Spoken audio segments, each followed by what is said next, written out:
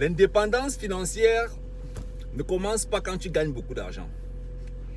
Beaucoup de personnes se disent que si je gagne beaucoup d'argent, je serai indépendant financièrement. C'est faux, c'est très faux.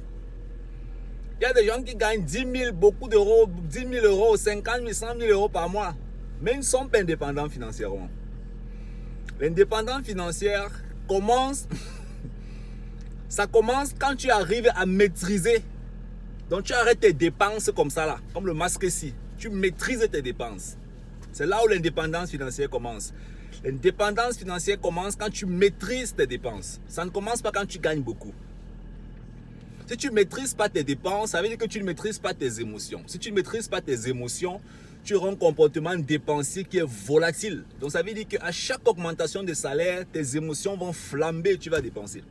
Donc l'indépendance financière commence dans les dépenses, pas dans les revenus. Ça veut dire que quoi? Tu vas prendre par exemple un ingénieur qui gagne 4 000 euros. Il va te dire que pour être indépendant financièrement, il me faut 4 000 euros. C'est très faux. Qu'est-ce qu'il a tenu en compte quand il calculait? Est-ce qu'il a tenu compte de ses charges absolument fixes? Ou bien il a tenu compte de ses petits souhaits? Ou bien de ses petits désirs? Parce que beaucoup de personnes calculent toujours avec leurs petits souhaits et leurs petits désirs. Mais il faut calculer avec ses charges absolument fixes. Quand tu as un business qui couvre tes charges absolument fixes, tu es indépendant. Ça, c'est au premier niveau. Quand tu as un business qui couvre tes charges absolument fixes, parce que toutes les charges ne sont pas fixes. La voiture que tu as payée à crédit, tu n'es pas obligé. Hein? Mais tu as besoin d'un toit. Je ne sais pas moi, le voyage que tu veux faire à la fin d'année pour faire plaisir à je ne sais pas qui, tu n'es pas obligé. Donc, l'indépendance financière commence dans les dépenses.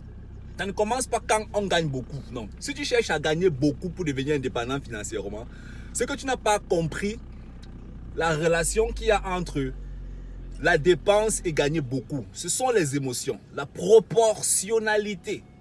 La proportionnalité entre les dépenses que tu vas effectuer, ou bien les dépenses que tu maîtrises, et le peu de revenus que tu vas générer. Est-ce que tu sais qu'il y a beaucoup de personnes qui n'arrivent même pas à travailler en temps partiel parce qu'il leur manque 400 euros constants à côté de leur job? 400 euros constants à côté de leur job. Hein? Il y a des gens qui ne s'imaginent pas faire 6 mois à la maison. Ça, ce sont déjà des tests d'indépendance financière. Si tu es incapable de faire 6 mois à la maison, avec tes revenus, avec ton business, avec je ne sais pas trop quoi, peu importe. Ou bien tu es incapable de travailler 2 fois la semaine. Mais comment tu vas faire pour devenir indépendant financièrement? Parce que c'est étape par étape que ça se construit. C'est étape par étape que ça se construit. Dans un premier temps, il faut déjà que tu comprennes que tu dois diminuer tes heures au travail.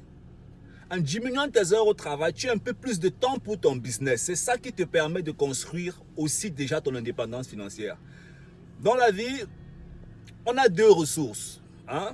On a le temps, on a l'argent, on a les ressources humaines qui sont fondamentales.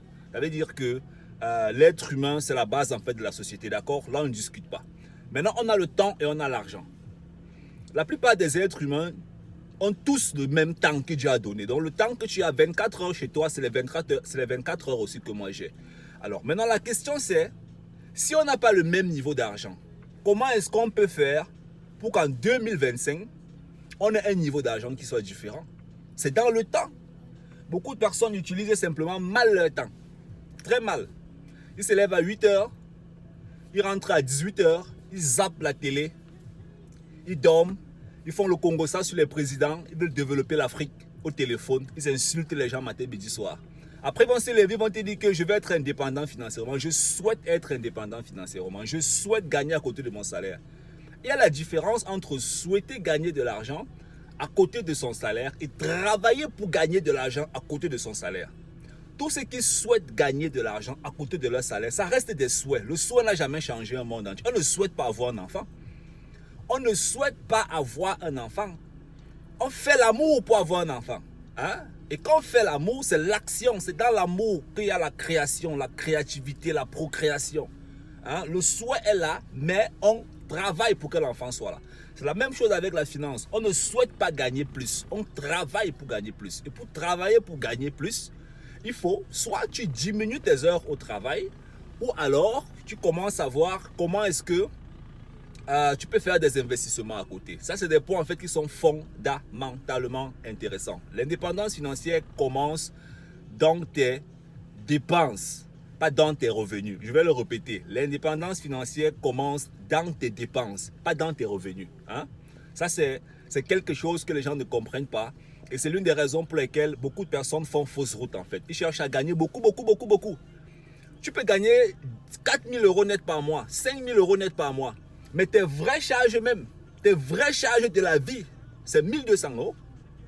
Tes vraies charges de la vie, les vraies charges de la vie que tu as, c'est 1 200, 1 500 €.